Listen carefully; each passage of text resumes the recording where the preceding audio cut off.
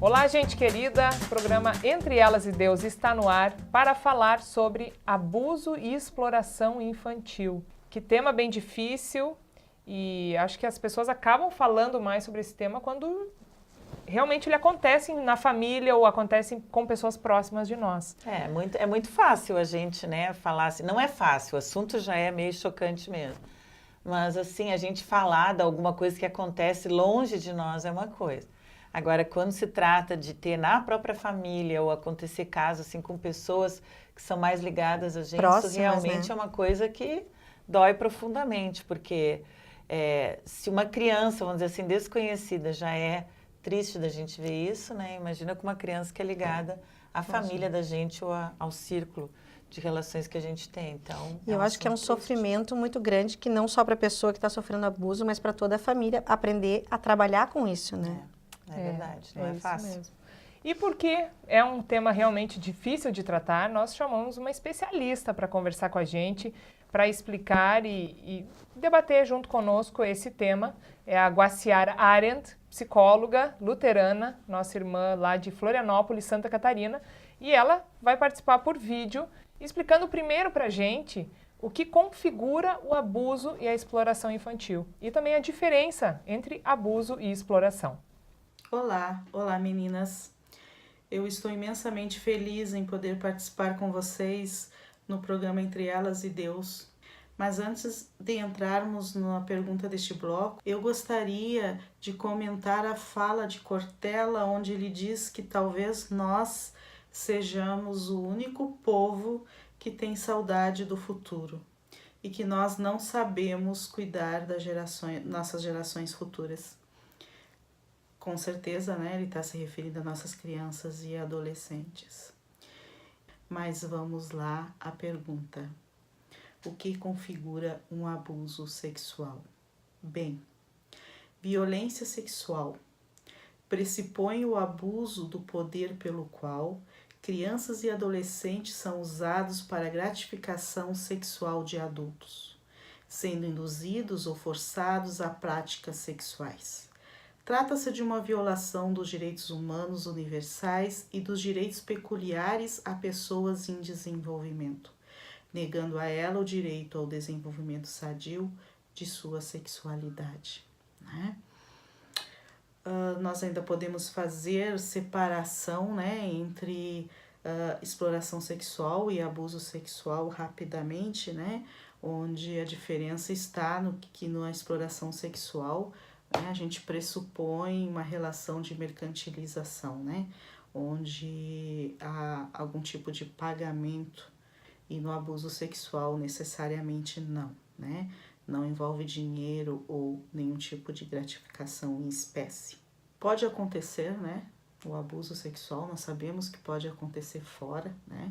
Com pessoas de fora do convívio da criança, mas muitas vezes nós sabemos que ocorre, né, com pessoas próximas e da confiança dessas crianças, né? Então é um cuidado todo especial que nós temos que tomar como família, como pais, como cidadãos, né? Estarmos sempre atentos a isso. E agora, no final, o que a Guaciara pontua é que realmente a gente às vezes acha que as nossas crianças estão desprotegidas com pessoas que são desconhecidas, né? Vai brincar com os amigos na praça ou vai num outro lugar, mas infelizmente a gente vê que dentro de casa é que os casos também acontecem. E o que chama mais atenção é que justamente os pais, né, por laços sanguíneos mesmo, são os casos que mais acontecem com esses pais mesmo do que com os padrastos mesmo ou outras pessoas que se põem para morar às vezes dentro de casa. Então isso é uma estatística terrível, né, da gente comprovar e ver isso aí. E tem mais o seguinte, né, não são só com meninas, a gente pensa em abuso sexual, pensa sempre em meninas, e não, né, com meninos e muitos meninos, né, e não só homens cometem, né, mulheres também cometem um abuso sexual com os seus filhos. Isso a própria Guaciara falou com a gente também no programa de rádio, Entre Elas e Deus, que nós temos na Rádio Cristo para Todos. E se vocês quiserem também ouvir mais sobre esse assunto, a Guaciara falou pra gente isso, que não só os pais, né, mas também as mães cometem esse abuso, que é muito, muito complicado mesmo. Mas e o que nós podemos fazer caso alguma criança de perto da nossa família, uma criança conhecida, tenha sofrido abuso ou exploração infantil? Como nós podemos ajudar uma criança que foi abusada? A Guaciara responde para nós. Em primeiro momento, nós temos que ter bem claro, né, que nós estamos frente a um ser indefeso que está em sofrimento, que está vivendo ou já viveu, né, uma situação muito delicada, né, e muito perigosa também para a sua saúde física e mental. E sabemos que as consequências são variadas e vão depender principalmente de alguns pontos, como, por exemplo, a idade da pessoa agredida e da que agride também, né? O tipo de relação entre o abusador e o abusado, se é alguém que a criança confiava, convivia dia a dia ou não. A personalidade da vítima, a duração e frequência da agressão, o tipo de gravidade, né, e de agressão, o ato, né, em si, e reação do ambiente, muito importante também, né? E as consequências podem ser de curto ou longo prazo, né? Nós temos aqui, a curto prazo, pode-se verificar distúrbios do sono, medo, dificuldades escolares, né? A longo prazo, fobias, pânico, personalidade antissocial, depressão, ideias ou tentativas suicidas, isolamento, ansiedade, dificuldades alimentares, tensão, dificuldade de relacionamento, distúrbios sexuais, abuso de substâncias, né?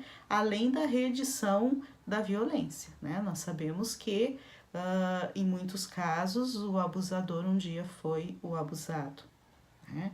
Portanto, após uma situação de abuso, em geral, a criança ou adolescente perde a confiança nas pessoas, né? Ela provavelmente estará com muita vergonha, com muito medo, né? Acuada, né? Com receio. E, portanto, nós não devemos punir essa criança. Nós temos que apoiá-la, nós temos que encorajá-la a falar. É uma vítima, né? E ela foi usada, foi abusada, ela precisa de apoio e proteção. Mesmo que seja difícil escutar, né?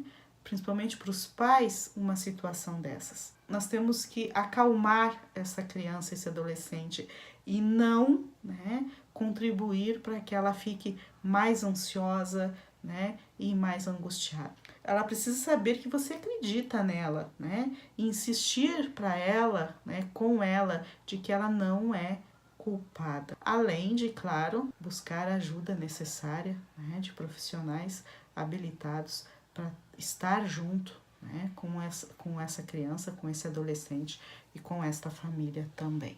Eu acho que uma das maneiras que nós podemos ajudar é se a gente desconfia que tem alguma criança sofrendo o abuso ou a violência sexual. Comprovamos, né? É o Disque Denúncia. Você disca para número 100, Disque 100, e ali você faz a denúncia, que aí sim alguém pode, os órgãos competentes conseguem ir atrás e verificar se realmente isso está acontecendo.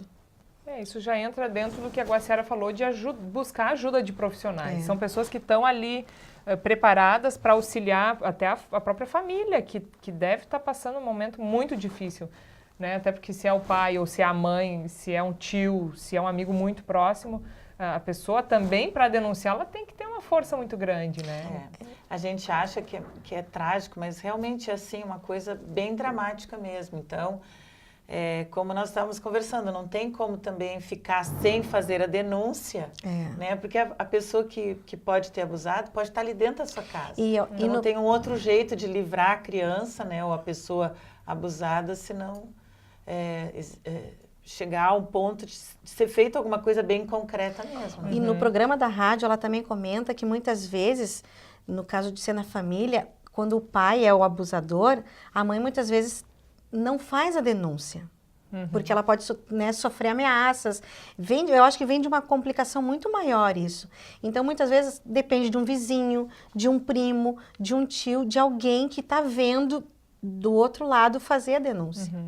E um outro ponto importante que a Guaciara aborda é o cuidado que tem que se ter ali adiante de fazer até um tratamento psicológico com a criança que foi abusada e com o abusador. porque ela cita que muitos abusadores foram um dia abusados. Então, para mudar o rumo dessas histórias, dessas crianças abusadas, então, realmente que elas possam tratar isso, para que no futuro elas não venham a cometer esse crime que acabou vitimando elas próprias. É o jeito de interromper, né? Porque se realmente não for feita alguma coisa, no sentido de uma ajuda psicológica, de profissional mesmo, aquilo vai acabar se repetindo. Então, é um jeito mesmo de se romper com isso, porque senão sempre vai de novo esse assunto. A própria pessoa, né? Porque pensa bem, se tu assim, logicamente tu fosse pensar, poxa, se eu sofri tanto com isso, quando aconteceu comigo, eu não vou fazer no outro. Mas olha como o psicológico de uma pessoa é forte, como a pessoa reage de várias formas. Diferente, né? E assim a gente ouviu falar já em quantos outros casos, por exemplo, até de agressão mesmo, assim, agressão física. A mãe apanhava do pai, alguma coisa, e aquilo acaba se refletindo também na criança. Meu pai batia na minha mãe, eu bato também, ou eu apanhava quando era pequeno, né? Me batia muito minha mãe, e eu acabo batendo os outros. Então, realmente, a ajuda psicológica precisa entrar muito fortemente aí, porque não vai ajudar só, por exemplo, na hora, até uma pena mesmo, não iria trazer ajuda se não houver como é que eu vou explicar assim, algo que possa ser comprovadamente traga algum benefício. Transformado, né? Transformar a pessoa, eu acho. Pois é, quantos traumas, mas e como fazer para evitar que isso aconteça? A Guaciara conta pra gente também umas dicas bastante importantes para que a gente possa evitar esse problema. Em primeiro momento, conhecendo nossas crianças, né? Sabendo como elas são, como é a personalidade delas, o que elas gostam, o que elas não gostam, né? Como elas reagem às adversidades da vida, né? Como é a rotina dessa criança, deste adolescente, né? Com quem ele anda, quem são os amigos, né? Quem são as pessoas adultas com que elas convivem, né? Onde elas convivem com essas pessoas, né? Onde? Né? Em casa, na escola, né? Na casa de um coleguinha, né? Na praça, né? Dentro da família, né? E também na internet. Nós não podemos esquecer que hoje a internet é um veículo muito forte, né, em que muitas vezes os pais ficam descansados porque o filho está em casa, longe de qualquer perigo, e nós sabemos que não é bem assim. Outro fato muito importante na prevenção é valorizar as nossas crianças, dar atenção a elas, né, valorizar a sua presença, a sua convivência junto. Estar com elas, realmente estar com elas, conversar, brincar, passear, procurar entendê-las, compreendê-las, né? Levantar a sua autoestima, né? Porque nós sabemos que uma criança com baixa autoestima, ela vai procurar no novo amigo adulto, né? A segurança, né?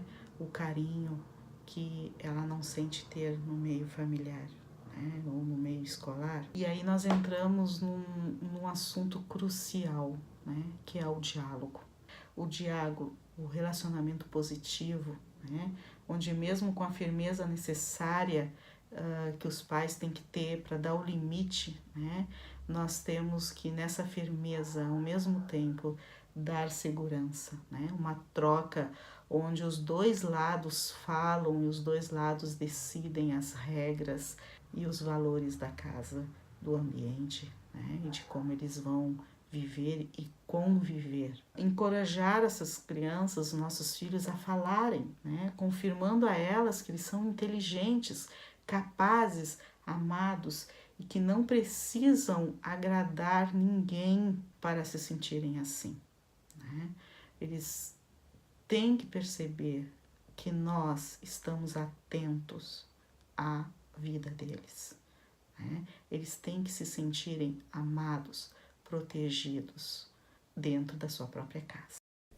Tantas informações importantes, mas eu destaco essa necessidade de nós como pais estarmos junto dos filhos, sabendo onde eles estão, amando eles, aquele amor incondicional. né? Que realmente mostra para eles que eles não precisam fazer o que os adultos pedem para que eles se sintam aceitos pelos outros, né? Confiança, né, Aline? Ela Também. cita muito isso, né? De que sejamos pais, pai e mãe, coerentes no que a gente diz, no que a gente ensina, no que a gente vive perante os nossos filhos, e que eles sintam plena confiança na gente, que eles tenham isso, que a gente assegure isso de uma maneira assim transparente, limpa, clara, que eles possam dizer assim: mãe, aconteceu isso comigo, pai, aconteceu isso comigo, que eles tenham abertura total para vir conversar com a gente sobre qualquer assunto, qualquer necessidade deles. E Deus fala na Bíblia, né, que a gente tem esse poder de transformar o nosso lar num porto seguro, e que seja um porto seguro para as nossas crianças. E a gente pode também orar por outras famílias, até de pessoas que a gente não conhece, para que o Espírito Santo esteja habitando, que chegue até os corações das pessoas, para que não ocorra mais esse tipo de violência. Tânia, o que você traz para nós de mensagem da nossa Bíblia aí? Você falou de orar, com certeza, a oração, e buscar na palavra de Deus mesmo, porque ela sempre tem para cada momento da nossa vida, e quer seja nessa angústia, nessa dor profunda, quando, né, se vive uma situação assim dentro da família, ela tem palavras que vão nos ajudar também a superar, a passar por cima disso, buscando essa orientação que a palavra de Deus nos traz. E aqui nós separamos também da Bíblia Sagrada, elas falam de Deus, uma parte lá onde uma pessoa escreve, uma amiga nossa escreve, citando também Isaías, que era um profeta que sempre, através também da inspiração para escrever este livro, ele também nos traz palavras interessantes e que são bem próprias para essa situação. Você se sente seguro? É difícil nos sentirmos totalmente seguros. A desconfiança faz parte da nossa vida. Ladrões, aproveitadores podem estar bem vestidos e aparentarem uma enorme simpatia. No Antigo Testamento, na época do profeta Isaías, o povo de Jerusalém estava inseguro por causa das ameaças do povo assírio. Este povo poderia vir atacá-los, roubar seus bens e até matá-los. O medo tomou conta deles. As autoridades de Jerusalém resolveram fazer um acordo com o Egito. Aparentemente não havia nenhum problema nisso, se não fosse a promessa de que confiariam somente em Deus para a sua proteção. A insegurança pode nos fazer tomar diversas medidas, mais trancas na nossa casa, cercas elétricas, alarmes. Tudo isso é útil, mas não nos garante segurança total. A única segurança verdadeira é Deus, porque nele temos a certeza da vida eterna. Desta forma, ainda que ladrões ou assaltantes nos façam mal fisicamente, temos a garantia da vida, aqui ou na eternidade. Essa segurança não pode ser negociada nem garantida por qualquer outra pessoa que não seja Deus.